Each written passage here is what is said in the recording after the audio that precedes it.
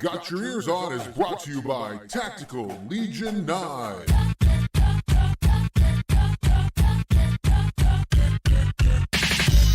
Hey everybody, welcome to this week's episode of Got Your Eers On. Guido here along with Scoot.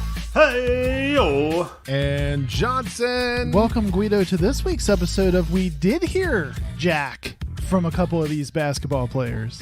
We did. We know what's happening now. I feel like now we have an idea of what's going on. I mean, Deuce is out, which, for me, hate to see him go. Kind of happy I don't have to set my hair on fire, guys. That's a good news. Well, yeah, I mean, you dodged a bullet, sort of. Yeah. So Taz comes back. Shot Robot comes back. And so we lose one out of the three guys that we were concerned about. Yeah, which I still think is a big surprise to me, because I thought it's funny that from Deuce's perspective, that was more of just a sadness from a fandom perspective, right? I mean, we knew that was going to happen, but seeing that final tweet announcement was kind of like, wah, wah, like we were holding out some hope, but good for him. I mean, he's now projected 26th, I think, Guido. So, yeah, I mean, which is really exciting. And Scoot, I can't believe you haven't already brought this up, but he's also on Cameo now. Oh, I didn't realize he was. Like, you can order your Deuce Cameo, birthdays, bar mitzvahs. What is the cost? Do you know the cost of you know Deuce what? I don't know. Cameo? We'll have to look You're that gonna up. make me look that up. I thought that would be a Cameo, because you're a big Cameo guy to begin with. I am a you cameo, like the cameo guy. I do like the cameo. And this might be your, like, up there. I mean, it's not a Cobra Kai. I know that's like number one. I'll do like a Martin Cove. I would love to get Martin but Cove. I think this is Deuce now has to be in your top five, or maybe. perhaps a Fran Fraschilla. I mean, he's top five on your Cameo, I feel like, now. I mean, does Deuce on Cameo, does that really for you think of like he's getting a lot of people to sign up, Scooty, and say, hey, good luck with your bar mitzvah this weekend. Have fun on your birthday. Are you getting a Deuce Cameo, Scoot? I don't think I will get a Deuce Cameo. It's $45, so it's not crazy. Come on, that's money well spent, Scoot. That might be money well spent. Until he makes it big, I don't know that I can get a Deuce Cameo, because I think if I were to tell somebody outside of West Virginia, hey, guess what? Listen to this message I got from Deuce McBride, people would be like, huh? Who? What? Say what? Yeah, but Guido and I would be stoked. We'd be excited for you, though. Definitely. Well, yeah, definitely. I wouldn't tell you guys that it was on Cameo, though. I would tell you that he just sent me a FaceTime and I recorded it. Oh, and Guido and I would know you were lying. Yes, that is also true. So Deuce decides to go to the NBA. I think, overall, none of us were really shocked about it. I mean, he had been looking good in the pre-draft kind of rankings, in that late first round, early second round. Do you think, guys, though, that Deuce is going to succeed? Like, is he going to be in the NBA and go far? Is he G League next year? Like, where now do you think his, trajectory is? I think that's so hard to predict. There's guys that get drafted, and I think, okay, Joe Alexander's going to have a great pro career. He was, the number 8 pick in the whole draft, the year he got drafted. He lasted like a year or two, played some in China, played some in the G League, or the D League is what it was then. It's so unpredictable unless I think you are typically one of those top 10 picks, and he's the exception. Those are the only locks that you can say are going to have a strong pro career. Shoot, half the guys that are going to get drafted in this first round are going to be European guys that might not even show up for like 3 years. Right. So it's such a we were talking, Guido and I were talking before we even started recording about just different pro sports drafts. The NBA draft is probably more similar to the baseball draft in that just because you've been drafted doesn't necessarily mean we're going to see you right away. Football, you got a pretty good chance. If you're a first round, second round, third round, there's a very good chance we're going to see those guys on Sundays. They may not, be starters, but we're probably going to see them at some point. NBA guys, a lot of times they get drafted and hidden. They get kind of put in a G League, or they're seen as a project type player.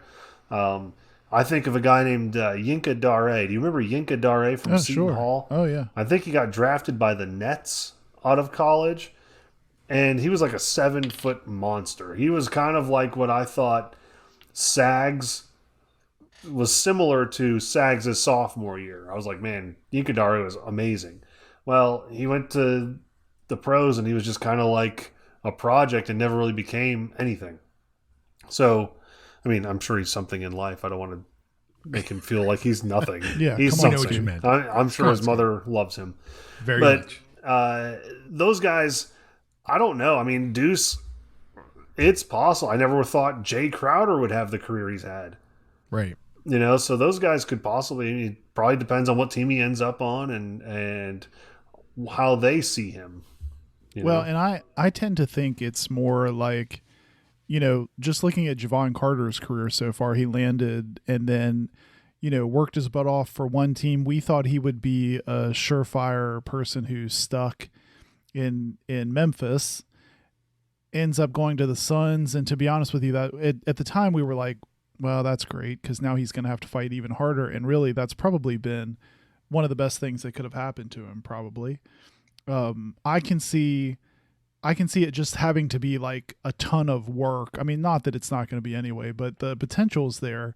I just think Deuce is going to have to I feel like each one of those guys has to find their niche, and then kind of fill a role. And I think that's probably what he'll just have to find the right fit. Hopefully he does. Well, I think with Javon, the difference is I think Javon was a standout in the NBA and when he played in the G League, is that he's just so, defensive of a player, which you don't see in the NBA. Yeah, and his motor never stops, I mean, Right. he just makes you take notice of him, right? His offense is not why he's in the NBA. No, his offense, exactly, Scooty. Like, his offense is not why he made it to the Suns and is in the NBA championship right now. And quite honestly, they've got better offensive players at the positions he could play, and that's why he's not really seeing the floor, in the finals. Right.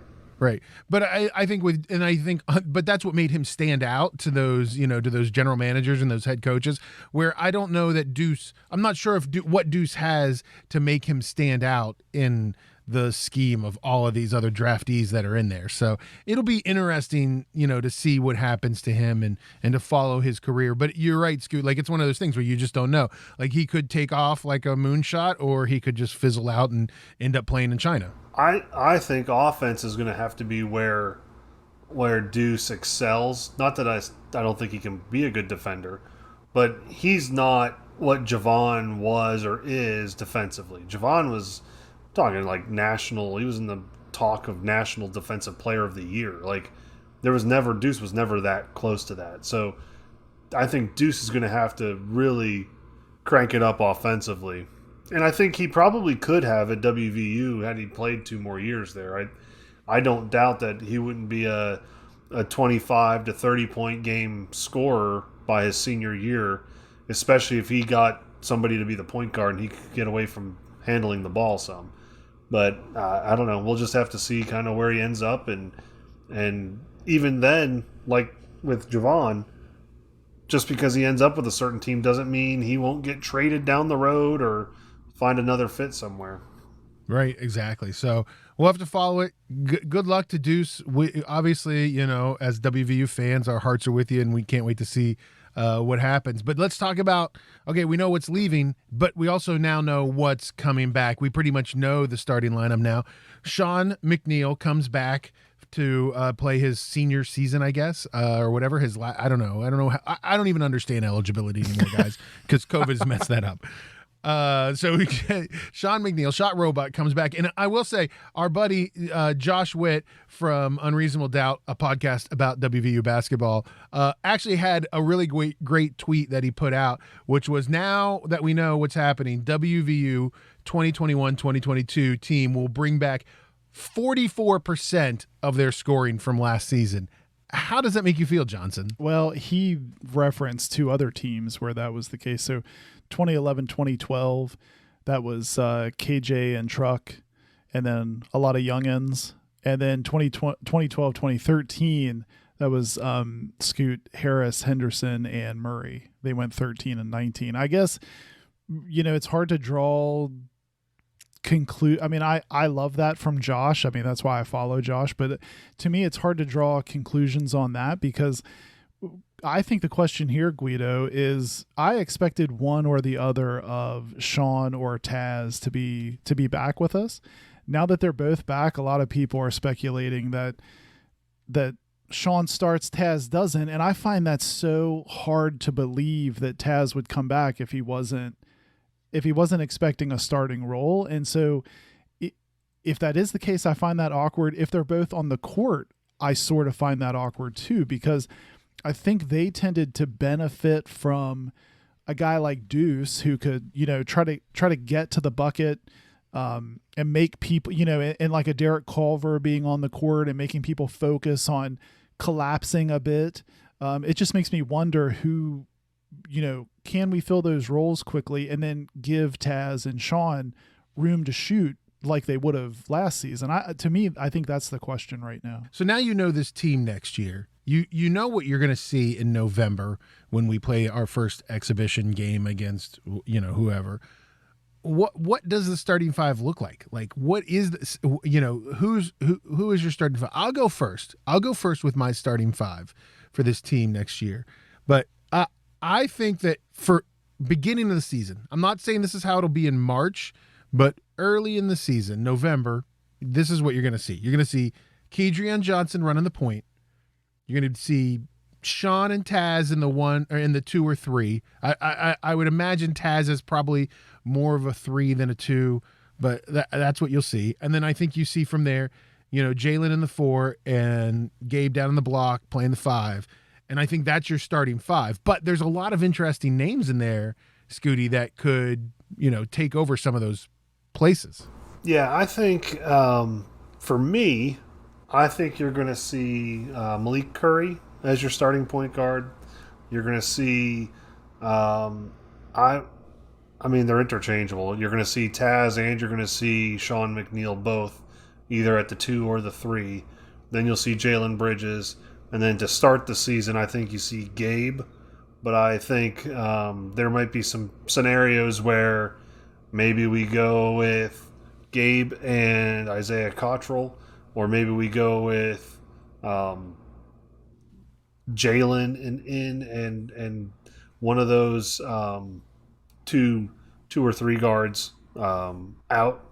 Is it possible that, I guess I would say Taz would be the better option as a point guard if I had to make one of them handle the ball? But I think you're going to see Cottrell eventually be in the starting lineup.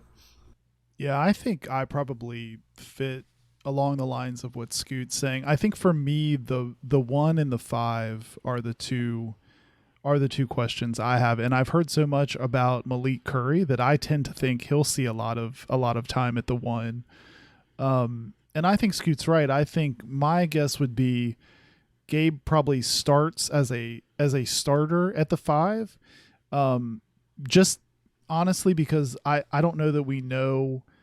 Hopefully it's going really well, but I don't know that I've read a whole lot about Isaiah Cottrell's progress. So I'm assuming as the season goes on, either like a Pauly Polacap, a Kerrigan, Isaiah Cottrell. And that's the thing. One of those guys could end up being a starter. Yeah. So well. I feel like they're all going to be fighting for time. And then I still think Taz and Sean are going to be, I can see games where Huggs just decides we need more offense on the court and he goes small, but I feel like those guys are still going to be revolving in and out, which I can't decide if I think that's awkward, to split minutes between your 2 best shooters. I haven't really decided yet, Guido, how that's going to work. I just can't see them both coming back and one of them being told, hey, you're probably going to come off the bench. Yeah, I totally agree. Why would you come back? No, I know. I totally Well, agree. I feel the same way about Gabe, though. I kind of feel the same way about Gabe Osaboyan. I think that what's interesting this year, and you guys talk about Malik Curry and Pauly Polacap, which is the one weird thing is that usually we get these transfers from JUCO or wherever that, they've got this 2-year sort of trend with Huggins, which is year one, the Kedrian Johnson thing. Like year one, they see a little bit of time. Year two, they see a lot more time. But you're not going to have that option with Curry and Polycat because they're both one and dones. They got 1 year and then they're done. So to me, Scoot, it seemed, because I think Guido's exactly right. So I have a hard time deciding. I mean, I don't think any of those guys comes here not thinking they're going to get starting role type minutes. So to me, then you have a very crowded space for time. So I'm kind of putting that out there as what I think the starting five is probably going to look like, but I'm really not confident. Now, I will say this. I've heard some rumblings about it, and maybe there's more to it than we realize. But there's been some talk that we might see more of a pressure style defense. And if you recall, so not last year, but the last maybe 3 years, the last 2 or 3 years ago, we were still making substitutions as if we were playing Press Virginia. Yeah, more like line changes. Yeah, and we weren't Press Virginia style. Like we weren't really playing that style, but we were still subbing 3 guys in. Like if you remember lamenting. That's when Pretty Young Ted was still with us. Yeah, I was lamenting. Why are we playing 12 or 13? We don't have to play that many guys. Let's play 8 guys. If you recall me saying that, because I felt like we could never get guys into a rhythm of playing with each other. But maybe Huggs sees some athletic speed and defense with some of these guys that he's bringing in, that he wants to get back to that. And so maybe he's selling WVU to Polycap, to Kerrigan, and to Malik Curry as, listen, you may start, you may not start. Just depends on the matchups. What you're going to see, 15-plus minutes a game.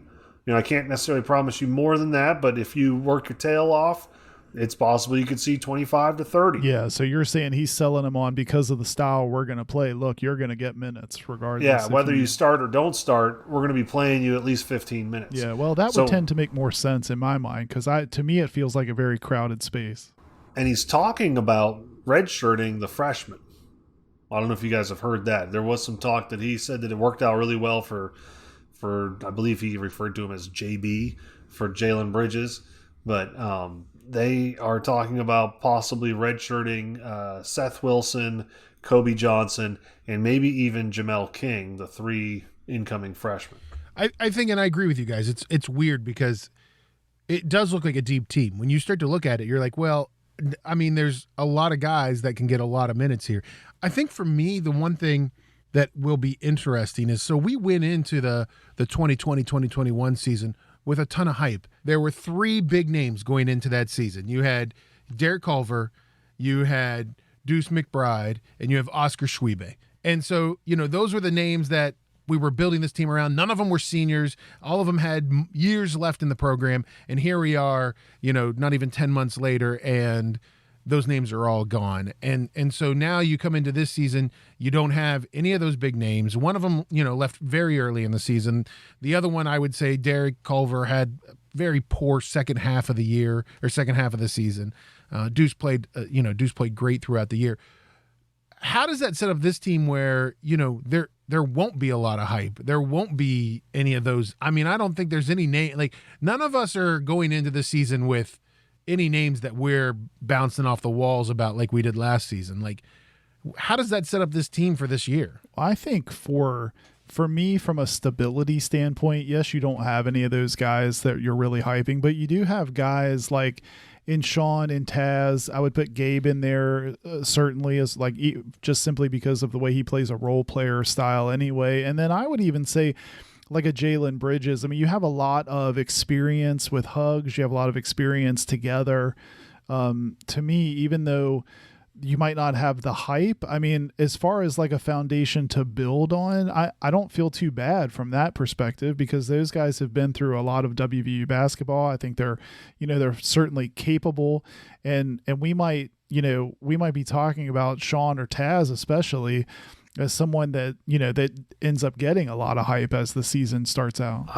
I think if you look at it, I think Sean McNeil is probably going to average at least 20 points a game. I think that's very reasonable to think that. I think that Taz could potentially average 15 a game. There's going to be some nights where he's the leading scorer. There's going to be some nights where Sean McNeil is. If Sean McNeil's shot goes like it did this past year, not the 2 years ago, he's going to average 20 points a game. He's going to see the floor a lot more probably than he had in the past. I think it's very possible that you could get, ideally you get at least 10 points a game out of Jalen Bridges. And then I think Malik Curry, if I'm not wrong, I think he averaged 15 points a game at Old Dominion. So it's not crazy to think that it's not crazy to think that he could average 10. Sure. So I mean, there's 4 guys in double digits. I'm going to go out on a limb and say Gabe is not going to average 10 points a game. But I think that Isaiah Cottrell could potentially fill that offensive void out of the big man. And I don't really know what to expect out of Paulie Polycap other than his name has a lot of alliteration. It's got that going for him. But I think you can see, to me, Guido, you can see definitely the foundation and the structure of something that could be solid and successful. So I don't feel like, going back to Josh's tweet about, they're returning less than 50% scoring. I think, to me, I don't feel like there's any kind of panic. I guess from my viewpoint, I'm just not sure how confident I am yet, and hopefully we see it gel and come together. Well, I think if you take out Taz and Sean McNeil, like, they were out, had they stayed out, to me, there's 35 points that you're not getting. Yeah, I would agree with that. Yep. Where are we getting scoring from? Yeah, that was my big concern. Yeah, then it's a totally different conversation. I agree. So, it'll be interesting to see. We should say we shouldn't skip over this. We did have a couple more players enter the transfer portal, guys. Jay Moore and Spencer Mackey have decided to leave the team and go into the transfer portal. I mean, those are guys that didn't see much time. I mean, Spencer Mackey, definitely a fan favorite. I'm not sure Jay Moore got more than like 2 minutes on the court this year during the season.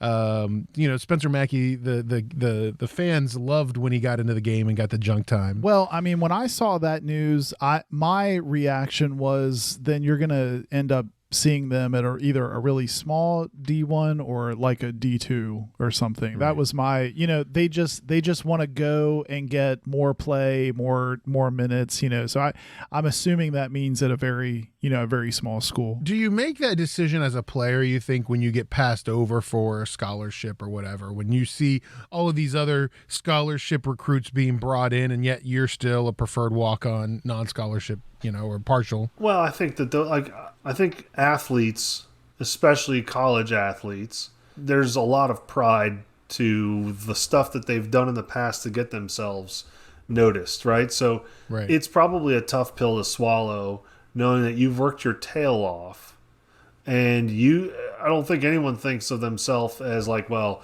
they're so much better than me. They deserve the scholarship. I deserve to just be a walk-on.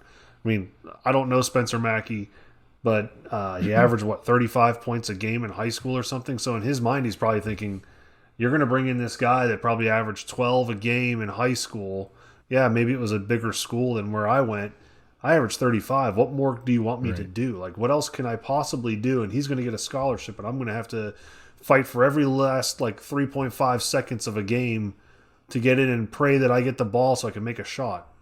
Right. And still get that same treatment the next game, because that's not going to be enough for me to get more playing time or get a scholarship. So that's frustrating. Yeah, I mean, to me, it's no different than a scholarship guy entering the transfer portal. It's on a smaller scale. Like I said, that was my reaction.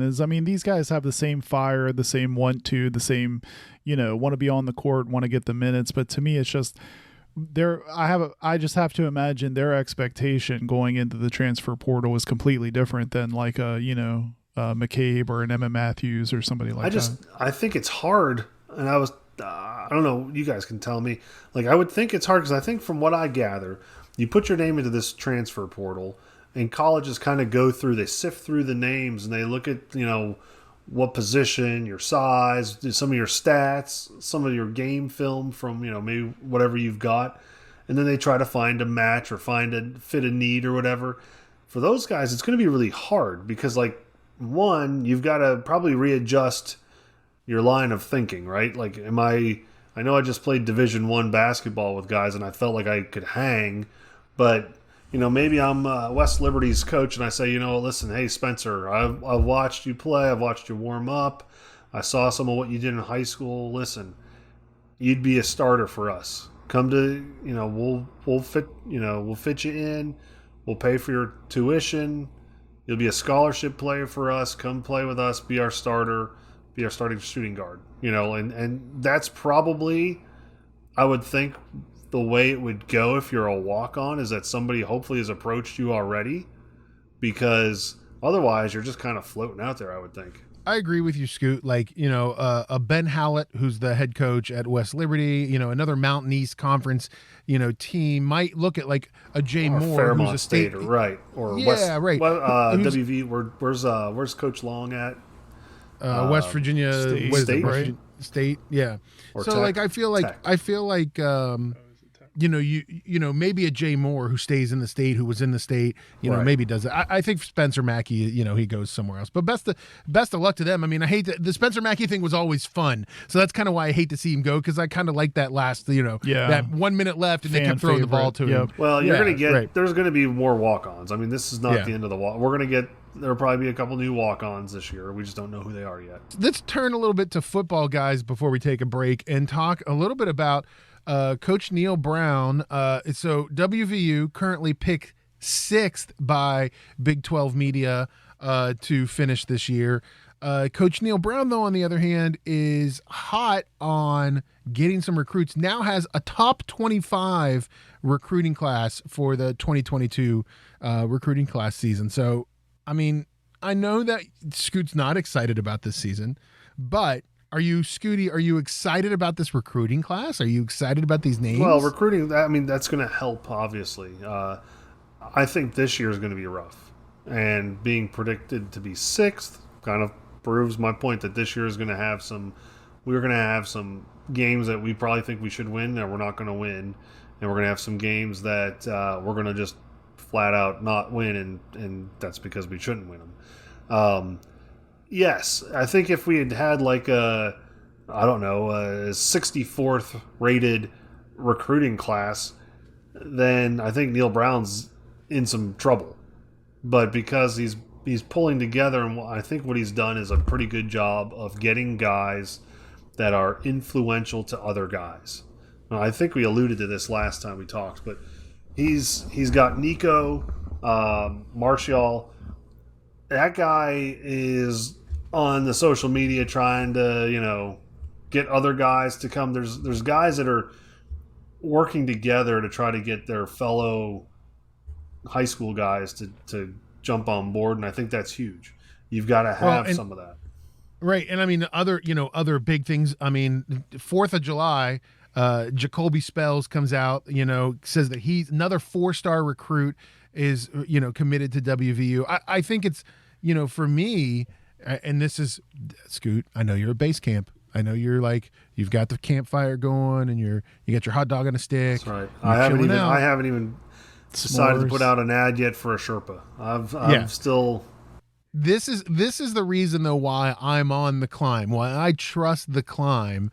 Take me home country roads, because like this is the kind of stuff that we wanted from a head coach. And I think we all thought that we were getting when Dana Holgerson came, which was, young, energetic, gonna bring in recruits, and never really panned out. We never really had that amazing recruiting class.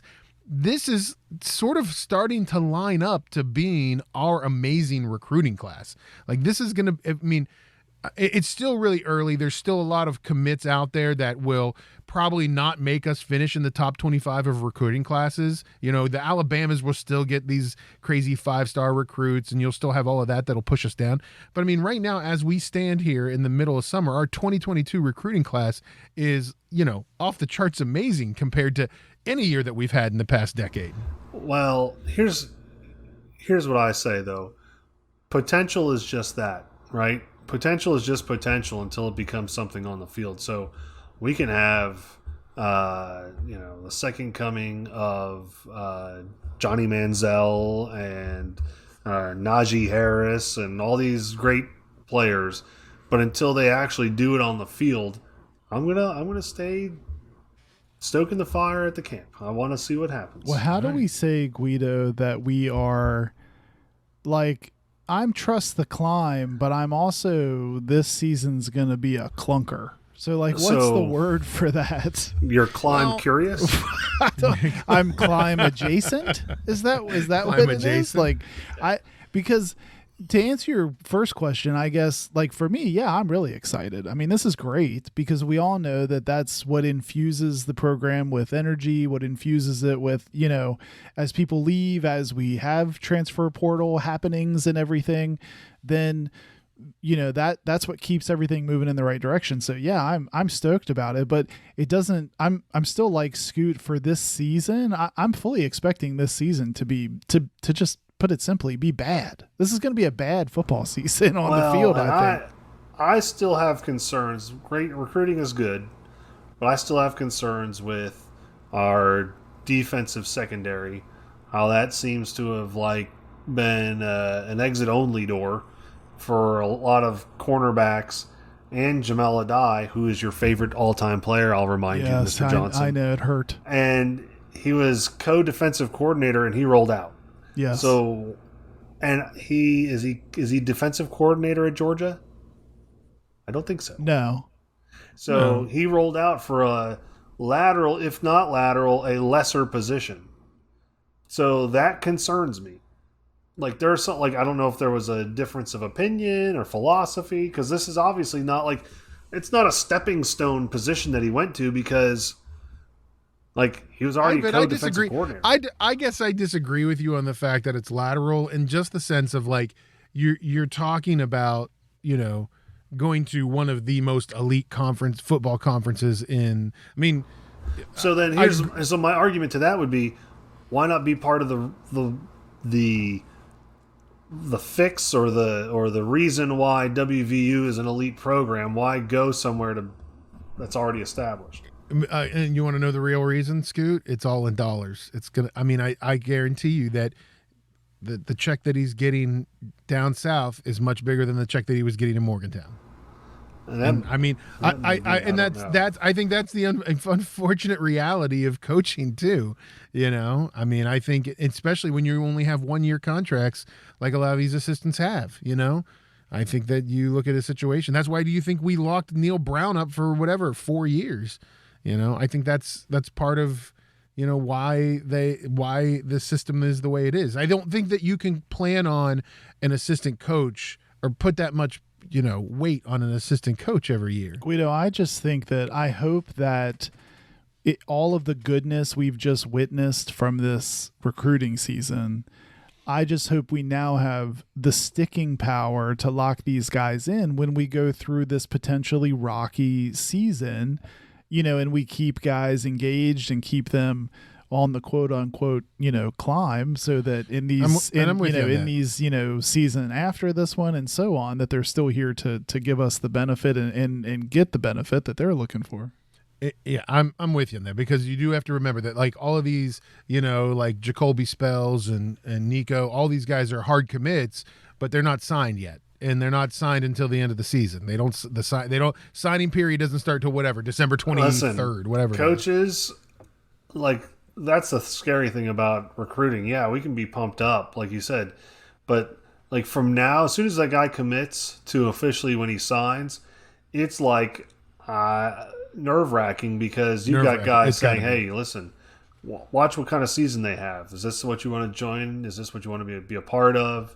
You know, right. They'll say, "Oh, did you see how they played this guy or that guy? You're not going to get treated that way with us. You know, like, you're going to be a starter." Yeah, and I hope not, Scoot, but I guess that's where my mind goes. I'm a little cynical, because you know how fickle everyone is in these, you know, in this whole business that we're talking about, that I just hope they have that same energy. And obviously the coaches are doing something right, because, I mean, they are developing these relationships and they are convincing these guys to come on board. And so I think that, you know, probably that will stay where we want it to stay. But I just think... Do you think individual games could affect the signability? No, I mean, no, but I don't know about individual games, but I do think that an overall look can affect that, though. And then you're right, Scoot. It's like, I'm thinking, like, let's say we lose to Kansas.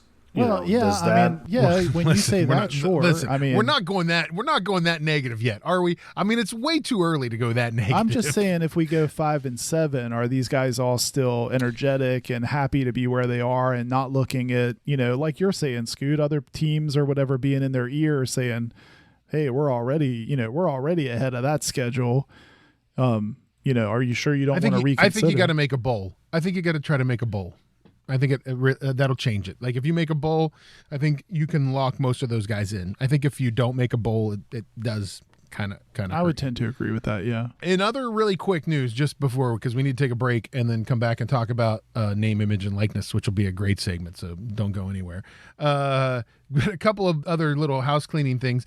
Congratulations to Dante Stills. He is named preseason All Big 12. So great to him. I mean, that had to be. I mean, there was no way that wasn't. Yeah, I think we were expecting that. Congratulations to Austin Kendall for his 12th college that he now plays at. He's landed at Louisiana Tech, Guido. Yeah. So good on him. I mean, maybe he'll transfer back to a school in West Virginia sometime soon. But yeah. When you think of Louisiana Tech quarterbacks, the top three quarterbacks, which I often do. So what? The top three quarterbacks in your round, the Mount Rushmore, if you will, of Louisiana Tech quarterbacks, has to be Terry Bradshaw 1. Okay, that's absolutely correct. Phil Robertson 2. Yes, Duck Dynasty. That sounds okay. All right. Austin Kendall 3. Right? I mean, those are the three guys. Austin Kendall, top 3. I think he rounds it out, right? I mean, does he have a brother named Cy? I mean, that would be awesome if he did. I don't know, but those are the three guys I think of when I think of Louisiana Tech quarterbacks. I think you just made it up. I think you just saved them some thinking, Scoot. I think you just solved it. Other things to talk, just to really hit on real quick. WVU Baseball lost 2 major players, guys. Tyler Dones and Matt McCormick, who leave. Dones was a starter for, I think, 2 or 3 years and led the team in steals this year. McCormick was 3rd in average and 3rd in home runs, and was, I think, starting catcher or starting first baseman a lot. So interesting right there how, Randy Mazey lost a couple of major players into the transfer portal for WVU Baseball. I'm not sure what that says about WVU Baseball, Scooty. I don't know. Maybe they weren't happy with how the season went. I know they had higher expectations for how the season went. Again, there's a lot of like inner workings behind the scenes stuff that, I mean, we're not there daily, day in, day out. So maybe they were challenged at practice about, by the coaching staff saying, "Hey, we need you to step up," and they didn't feel like they were being appreciated, or who knows? I really have no idea. And finally, one last thing. Congratulations to Amy Cashin, who former West Virginia University runner and assistant coach for the track and field team. She's a runner. She's a track star. Has qualified for the 2021 Olympics in Tokyo. So keep an eye out for that as the Olympics start here this week. So, but listen, guys, what we're going to do now is we're going to take a break, and we're going to come back, and we're going to do a whole segment of us spewing our opinions, which is it good? Is it bad? We'll find out about name, image, and likeness and how it has affected WVU in the past 2 weeks. So don't go anywhere. You're listening to Got Your Eers On. Vortec Knives is a West Virginia owned and operated company specializing in high quality steel, fast opening, everyday carrying knives. If you go to vortechknives.com today and use the code GYEO, you get a 25% discount on your entire order. That's Vortech, VORTEK knives.com, a West Virginia owned and operated company specializing in fast opening, high quality, everyday carry knives. Vortec Knives. This is Darius Stills. You're listening to You Got Your Ears On.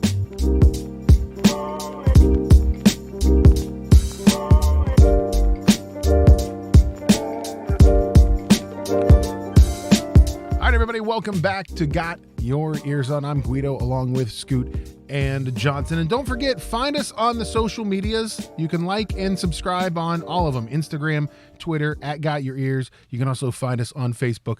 Just search Got Your Ears On. Guys, segment 2 here. Normally we do something fun and goofy, and this might be fun or goofy at the end, but I want to talk about the new name, image, and likeness. So the NCAA on whatever it was, June 30th, like 11th hour, last minute press release approves.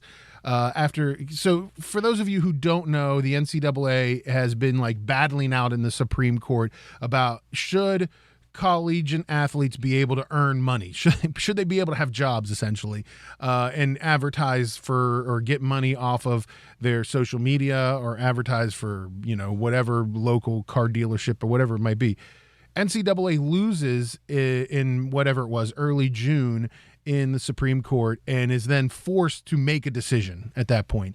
And so 11th hour, end of June, they say, okay, here's some rules, have at it. And it was like this crazy, I don't think we knew it was coming, but nobody knew when or what to expect. And then so all of a sudden the NCAA puts out all these rules and regulations, and kids can now, collegiate athletes can now go out and earn money on their name, image, and likeness. And there's some good and there's some bad with this. And I'll start, guys, by saying that I'm 100% for these student athletes to be able to earn money on themselves. Sure.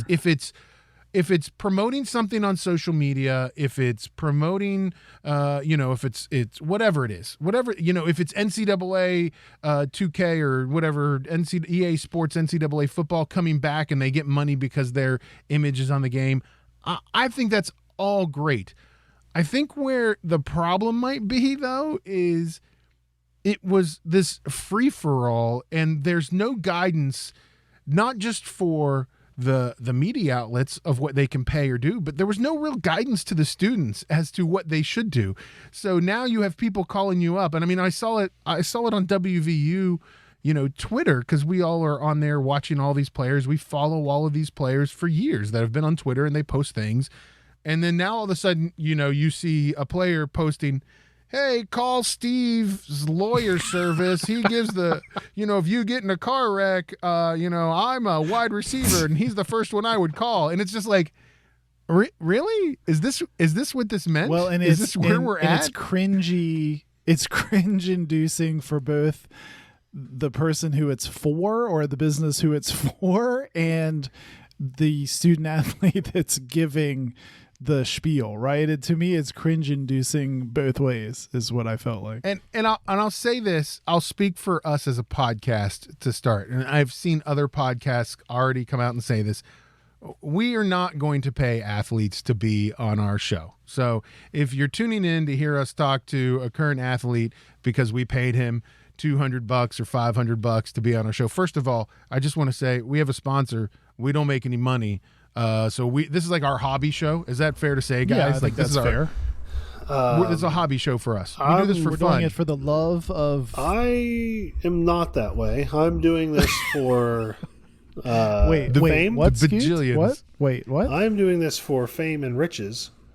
Okay. This is my launching pad, and then sort of like, when the band gets seen by a talent scout, yes, and they want the lead singer, not the rest of the band. You guys are going to be You're gonna do some kicked to the curb. That's right. Scoot's like, peace out. I'm going to ESPN. You guys have fun. That's right. I'm the next Greenie. This is just step one of the process. Johnson and I, on the other hand, we do it for the love of WVU and the free Vortec knives. That's why we do it. Yes, that's exactly why we do it. So for us, it's great, and we'd love to have players on, but WVU's media availability rules are still the same. So for us to be able to have a player on, unless we're paying them, it's not going to happen, because Mike Montoro and the WVU communication staff is not going to let a player, have media availability for some random podcast. But if we were to offer, I'm going to say Zach Frazier, love Zach Frazier. If we were to offer Zach Frazier $200 to come and talk on our podcast every week, we would be allowed to have him be on our podcast.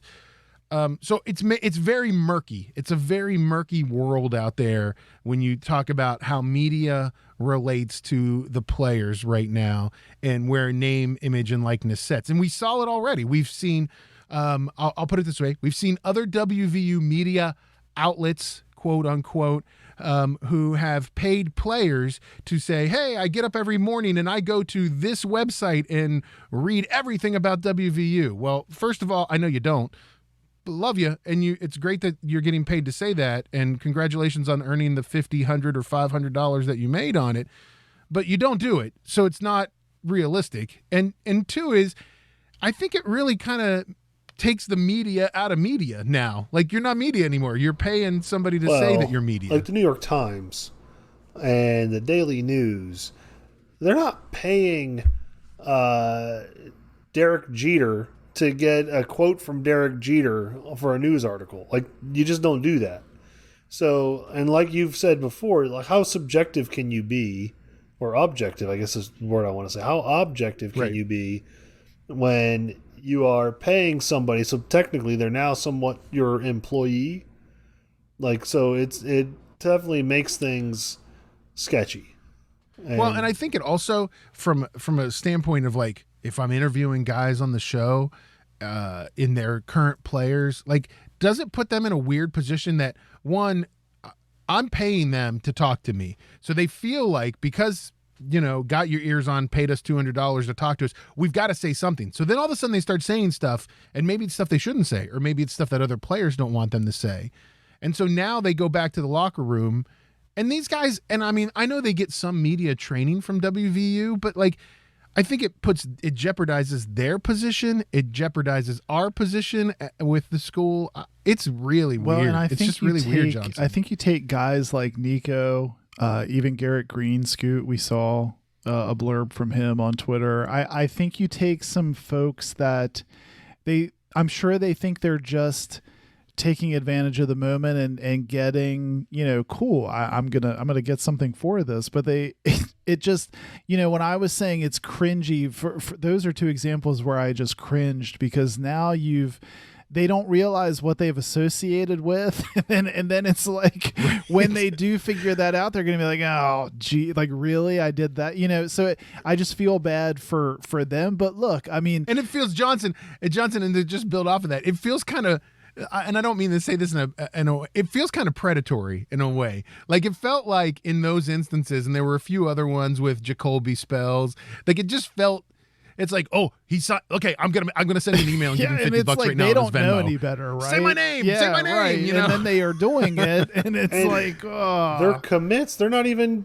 right. They're not even signed. Right. So they're not even members of the team. You just cringe for them because they haven't even been able to start kind of honing and getting to know the fan base or the program yet, and they have to use the moniker, they have an image to uphold and kind of a reputation, and they're starting out on this foot, Guido, that just makes me go, oh geez, don't start that way, because now you could go on to be super successful. We're always going to remember that I first met you because you stuck your foot in it on Twitter, right. Advertising for this thing. But I think it just also shows that there's probably going to be a learning process here where some guys are probably going to, you're going to, like, the next round of guys will now kind of learn from, some of this early stuff, that's this feeding frenzy that's now going on. I'm sure that then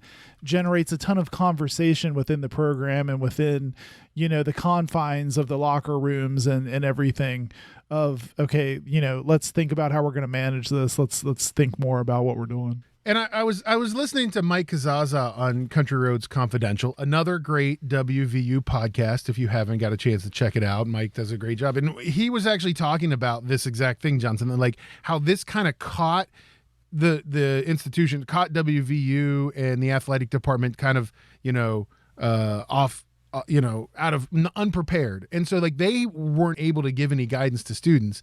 And so now, like, I feel like from a institutional level, you have to educate these students on, okay, I wouldn't talk to these guys, I would talk to these guys, or maybe you should think about staying away from, and we're a podcast. And again, I'd love to see more people talk to us on our podcast, but, like, I don't think it's beneficial for a student to come and talk to a podcast randomly. Well, and I think, Scoot, let's talk a bit about, we talked a little bit off air about how I think coming into this, I guess I was being a little bit naive, but I was thinking that across the board, across the collegiate landscape, you've got guys like Spencer Rattler and, maybe the guys that would be so I don't know, maybe frame it as the names you would normally see in like a preseason Heisman Trophy watch list, Right. I was names. thinking that's kind of what this NIL thing is for.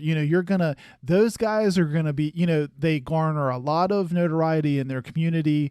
Without saying it, Oklahoma sells a lot of things in their a lot of jerseys of Spencer Rattler that he would otherwise, never see. He should be able to. We've always said we said that with Pat White. People have gone through Morgantown that should have made a fortune, but that's what I had in mind.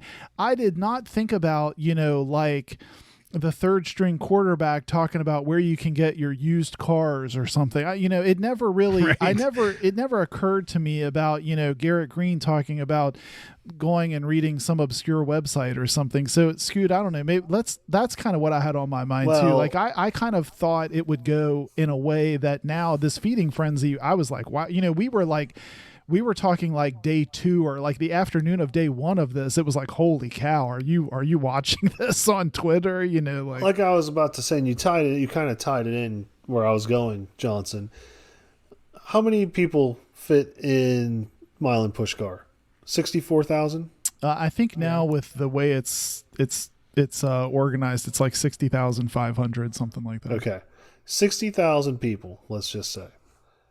Of the 60,000 people, how many of them, if you were to poll all of them, know who Jacoby Spells, and I'm just using these two guys, Nico, Marshall, how many people know who they are? Out of those 62,000, maybe 5,000. I was going to say, maybe 10. It's like a spring game crowd size. It's those people that really follow it that close. And it's the diehards, right? Yeah, right, exactly. It's the diehards. Because even like true fans, like I'll take your dad, Johnson. Let's take your dad. Yeah. He's a fan. He's a big WVU fan. For sure. But he's not going to be in the weeds that deep. Yeah. And he's not going to know Jacoby Spells. Unless I tell him, he's not going to pay that attention. Yeah. Right. So when let's say he happens to be watching, somehow he's watching a local West Virginia feed, and he sees Jacoby Spells doing an ad for Northside Automotive. Yeah, he's going to be like, who's this guy? He's going to be like, who is this guy? Who's this guy? Like, I've never seen this guy before. And I think, Scooty, on the flip side, too, and I mean this in the nicest way possible, but I think certain entities will be concerned about how they're, perceived? Not necessarily how they're how they're perceived, right? And so, like, it's great, like, if you're sitting on your sunroom and you're saying, I read this, and you're holding your phone 5 inches away from you, and you're saying, can we talk about that? You're reading the script? Can we talk about? Let's talk about that some too, good. But I think that's where I'm at with it. Like, I think, does that really make, like, it looked fake? It obviously was reading the script. Like, I like Bob Huggins. I love Bob Huggins. Bob Huggins advertises little general convenience stores, and it's a very painful commercial. I go to little general convenience stores for all of my convenient needs. Like, it's like super like scripted, uncomfortable. Like, the cue cards have got to be like, I imagine they're probably 2 feet by 3 feet big in front of him. He's reading them. He's wearing some little general pullover. Like, like, it's awkward and uncomfortable. So then you have all these kids who now, let's take your dad again, Johnson. This is the first time your dad sees this guy is reading some sort of like scripted thing. Oh, great. We got a guy that can barely read, or a guy that struggles reading, or doesn't have a personality, or because now, and we say this, and I've said it in my career and in all of our careers, you only get one chance to make a first impression, right? So if that's the first way somebody gets to see you, people are going to go back to, you know what, Nico, I remember the time you did that ad for Bordas and Bordas, the law firm, And it was really awkward and weird. And why were you associated with them? Or why were you with and some... why did you read it while you were on your sunroom? Yeah, like- and why did or with Well, some and weird that's why gray, I said at the you know. top, like, to me, it's cringy in both directions. I mean, I can't imagine the advertiser is like, yes, fist pump, nailed it. They're going to love that. And I can't imagine the kid goes back and goes, yes, everyone's going to think I was authentic. Well, like- you know, like it makes no sense. I think in some cases the advertiser might be like, yeah, she read my name out loud. But like, what kind of, you know, I've seen several, and I think I shared a couple with you on Twitter, like some guy reading some, you know, were you in an accident kind of crash law firm. And he's like on his couch taking a On break his from couch. playing Call of Duty. It's Yeah. like dark. Like, Yeah. okay, so what person says, you know what? I I wasn't sure who to go with, and then I saw how that second I now saw that this a- third yeah. string wide receiver I has saw told me that new I should call commit this law so firm. and so tell me to. You know what? But- he looks but like a so guy here that's that- been in an accident. I'm going to go with him. But here, so let's play the other end of that. So, and all joking aside now, like let's look at the other end of that and where name, image, and likeness is either, you know, detrimental or good for WVU recruiting moving forward. So now two things, like one, do you run into a situation where, and we just talked about it in the last segment, like you worry about a guy like Jacoby Spells. If we have a bad season, he's a 4-star cornerback, and, you know, defensive back recruit. We have a bad season, maybe he doesn't want to commit to West Virginia, but that all of a sudden maybe somebody calls him and says, hey, you know what? I know you're not sure about where you want to go, but if you come to West Virginia, you know, you can advertise for my car dealership and here's 10 grand. You know, so I think that, and I use the West Virginia aspect of it, but I worry about it more in the larger Power 5 aspects where there are some boosters and there's some money that can be made. This is where I worry for West Virginia that we could get lost, because I think we have a decent booster back, but like I think there are some other institutions, and not even necessarily good Power 5 institutions. You take a team like Kansas. Kansas has got money. You know, KU has money. We know that. Now, could they start boosting some of that money towards the football program, and all of a sudden kids are advertising Jimbo's, you know, steak shop down the street, and all this, you know, you get these 5-star recruits. Yeah, and so that's where I agree. It's hard. Yeah, I agree with that, Guido. And I think you kind of looped into something I've been thinking about anyway. And maybe I'm just being naive, but to me, it felt like it almost feels like the irony of this could be that before this, you had a population of slime balls that would try to approach these guys regardless of what the rules were.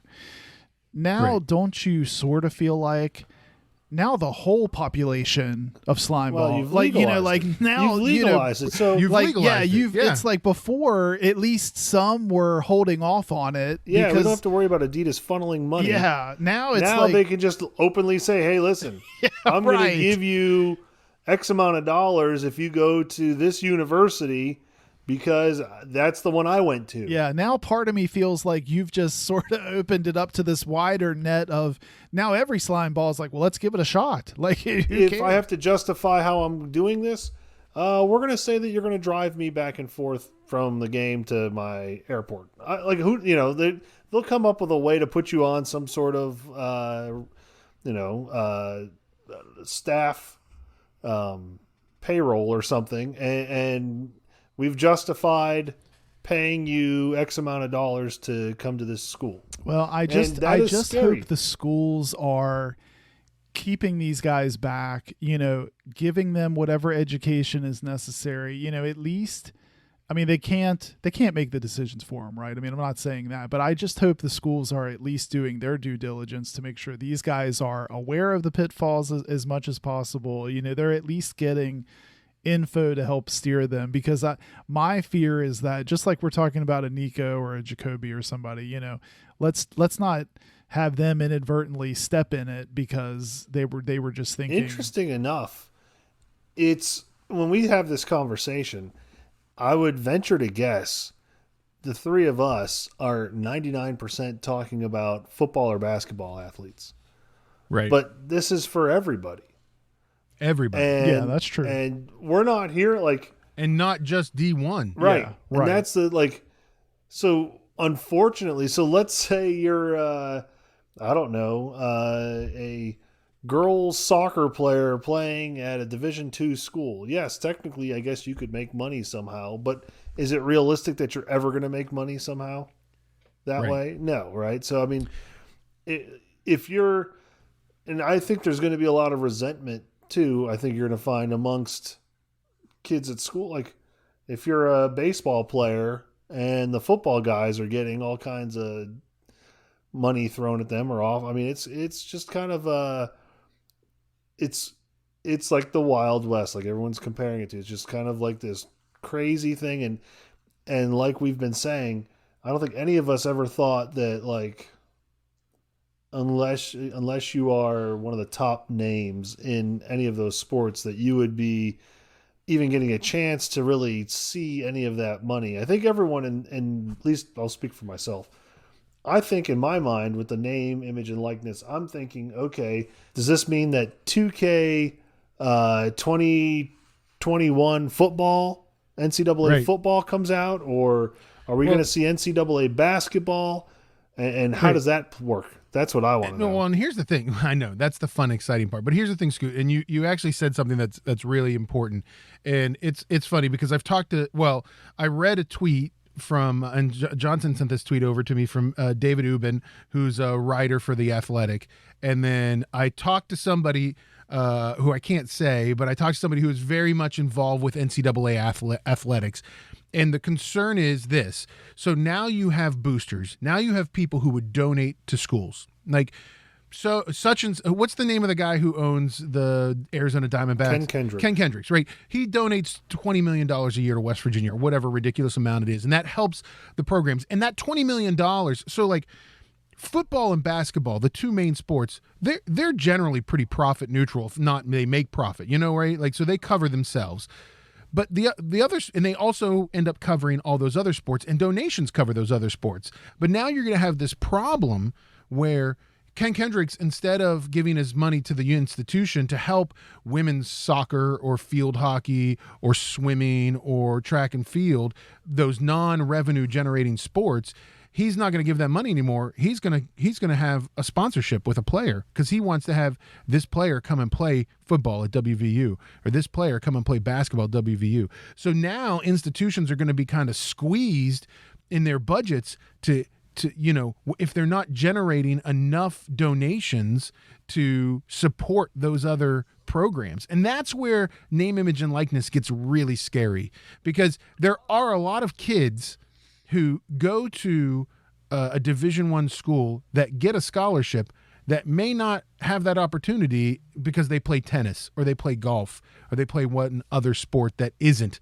a revenue generating sport. It really will be interesting to see how, we we're already seeing these like ancillary effects that we didn't immediately expect. It'll now be interesting to see how athletic departments operate, really, and if it has that big of an impact that it causes them to operate differently. It's just not realistic for 95 to 99% of college athletes to think that they're going to make big money off of this name, image, and likeness thing, and that it's going to go well for them. And like I think you read to us earlier, Guido, some of the kids that have signed deals that are big deals. You read a bunch of stuff to me. A lot of the products I don't know anything about, and two, I don't even know if I really knew any of the athletes. Right. I mean, we talked about, Hersey Miller, who plays basketball at Tennessee State. Little Hersey. He is the son of rapper Master P, by the way. Oh. And he got a $2 million deal with Web Apps America. I don't even know what that is. Is it right appetizers? I would I don't know. Is it mozzarella sticks? Johnson, I think this is your realm. Well, are you familiar with web apps? I am not. Do we think that Master P's son, like in the realm of people that I was hoping to see benefit from NIL, does he need that? He's Master P's son, so he's and until Guido told me 5 minutes before we recorded today, I didn't know the kid existed. Right. I didn't know. I mean, to me, I'm still kind of enamored with his first name being Hersey. I mean, Johnson is very excited about Auburn football quarterback Bo Nix. Is now has an official sweet tea. Milo's sweet tea is now his I official can get sweet behind tea. a sweet tea sponsorship, but you guys are sort of like, that's where I thought this would go. Like, I know Bo Nix, and he's that's a guy that I would expect to see on some award watch lists. Maybe Auburn's probably going to be pretty good, so that doesn't surprise me. Like to me, that's cool. Well, and that does make sense. Like, hey, when I'm not throwing touchdown passes, I'm Yeah. taking swigs of sweet tea. Yeah, right. I go with Milo's, right? Right. So that kind of is what I thought we were getting too. Like, I think that's kind of what we thought we were getting, like the official drink of Bo Nix. So, like, you can kind of like, okay, not the official trial lawyer of Gary Jennings or what, like, what the heck? Like, this is my official law firm. When I get into some legal problems, I go with Chico bail bonds, because that's who I like. No, nobody wants that. That's not what we thought we were getting. We thought, like, okay, the official I like Yoo-Hoo, the official soft drink of, Scoot. So that's what I think we thought we were going to get. Well, and look, we should preface some of this too, because look, I hope all these guys make money. It's not that, like, I hope all these guys make money, get whatever, get paid. But it just feels so awkward right now until Does it get to a point, Johnson, where it doesn't feel dirty? Like, do we get to a point where it doesn't feel dirty? I mean, or is this it? Is it going to feel dirty forever? I think right now it does, because I'm an old fogey and this is new, and I'm like, I don't know about this, but I think I think if it that is how you sound. I think if it weren't so, like, right now it feels so eye roll-ish, because some of these are just so, like, what are we talking about? Like, no, they're outlandish. Like De'Aaron King. We all know De'Aaron King, right? All those college quarterback, didn't love Dana. He's a big-time football Derek player. King has signed a $20,000 deal with College Hunks Hauling and Junk Moving. $20,000. He's their spokesperson. That makes sense. I'm sure. Like, is it because he's moved colleges a lot? Is it because he knows his junk? What is this? What is going on? Like, it's think insane. That's very flattering for him that he's been perceived as a college hunk. It's so I don't know. Guido, like, that feels so like, people in Miami are like, oh, really, dear? Like, that feels very eye roll-ish to me. I don't know. So I guess maybe if he had stayed at Houston, he probably doesn't get that deal, right? I mean, I don't know. I guess Has Dana got that lined up for him? Maybe it equalizes over time, I guess, Guido, to your point. And we get to this, like, happy medium of things that actually are like, oh, that's actually kind of a cool sponsorship. You know what I mean? Like, I don't know. Maybe it gets there. I have a feeling we're going to be talking about this for a while, because I think every time, like, it's going to, first of all, it happened and it happened so fast. I think it's going to change a lot over the next couple of years, and it's going to be so different. But while we're talking about this, fellas, I'd like to say that Asus are top of the line computers for recording podcasts with. Especially from 2004, when there's 20-year-old computers. The 18-year-old model. When you're not sure how to say it, if it's Asus or Asus, because the logo makes it strange. I go with Asus. So we'll see what happens. We'll see where it goes. We'll see what happens with name engine. I think that was like, we had to spew out our thoughts and opinions on it, just because it's been so. If you're on WVU social media, Twitter and Instagram and all that, you've digested it all the last 2 weeks. So we had to give our 2 cents. Well, and I'll say this. I know that we're not paying, and a lot of the other podcasts have come out and said that they're not paying student athletes. But I don't think you have to pay the student athletes to help them. I don't think you have to pay the student athletes to support them. And I think that in a lot of ways, we do a service for the student athletes by talking about them, by talking about their programs, by supporting them on game day. And I don't think that that's a conversation all in itself, and we've had this before, and the other podcasts have said it. I mean, I know that our friends over at the RVK have said it too, which is, we're just here to support the institution. We're free advertising for WVU.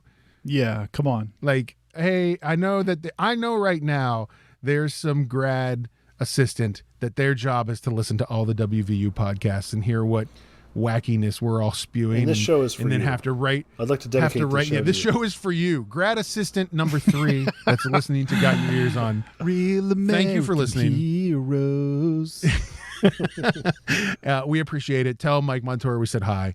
But that's you're right, Scooty. Like, we're here, as a WVU podcast to help support the institution, not to make money, because we don't. We spend money to put this podcast on the air. We'd love to make money. Scoot thinks he's going to be a billionaire from doing this podcast. If there are any people associated with the programs that we talk about that are interested on coming on our show, we're not going to say no. No, we're not going to say no. So by all means, reach out. We're just not writing you a check. We're just not writing you a check to be on the show. You could We'd be love the to have you star on. of our show. Right. We'll change the name of our show to Got Your Ears On, starring Dante Stills, or Got Your Ears On, starring Mark Rucker, or whatever. If you decide you want to be a regular on the show. Brent Solheim, good friend of ours, has asked us to rename the show Got Your Ears On, starring Brent Solheim, and we refuse to every time. Yes. He thinks of himself as the Judith Light of this show, like where it says also starring Judith Light, also starring Brent Solheim. Oh, we've gone off the rails. The Judith Light. All right, the Judith Light. See, some of this, it's going to take me 7 hours to edit this episode. That's interested in WVU that listens to podcasts. That age group is now going to have to go Google who Judith Light is, Scoot. Yes, everybody under the age of 40. I'm going to guess there's a lot of people over the age of 40 that don't know who Judith Light is as well. You might be right. Everybody under the age of probably 65, but we'll just But we'll see what happens, guys. It'll be interesting. Well, we should wrap it up for this week.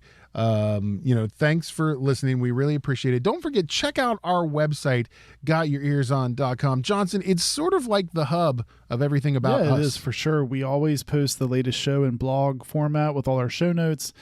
You can click on the latest show right in the TuneIn link that's on the website. And you can also link into our merch store where you can buy some Got Your Ears On merch. So check it out. Yeah, definitely check it out. gotyourearson.com. Well, listen, guys, we'll be back in a few weeks with another show talking about some WVU preseason football, and we'll also follow up on whatever happens with WVU's TBT team, the Best Virginia team, playing in the TBT here next week. So check that out as well if you get a chance. They're all over ESPN when they play. So get that. I want to see our buddy John Flowers turn up. He had a pretty decent second exhibition game in their game against the I think they were the Underground Kings, Underground Knights, Underground something. You just want to see him go off. I want to see him go off. I want to see him go off. Go off, J-Flo. Then then take his headband and throw it into the crowd. Yes, and then dance a jig. It's a sweaty headband. Yes. Do you Or really the want Dougie. that sweaty headband if he throws it at you? You want that sweaty headband, No, Scooty? I do not. No, I will not be trying to get. It's not feel like like- a garter. It's not like like the bouquet or something. I'm not catching that. Scooty's dodging that. Yeah, so check out those guys. And if you get a chance, you can follow them. Just go to bestvirginiatbt.com, or you can also look for them on the Final Forecast as well. Another great WVU podcast. I think I've hit them all today. I think I've promoted every other WVU podcast except for ours, Yes. Johnson. I mean, as we should. I hope you download Mojax. They're good too. Check them out. So I hope you download ours too. So thanks for listening, everybody. We're Got Your Ears On. We'll be back soon. Find us online. You can look for us on Instagram and Twitter at Got Your Ears, and search for us on Facebook. And then also, don't forget, check out our website, gotyourearson.com. For Scooty and Johnson, my name's Guido. We'll be back soon. You've been listening to Got Your Ears On.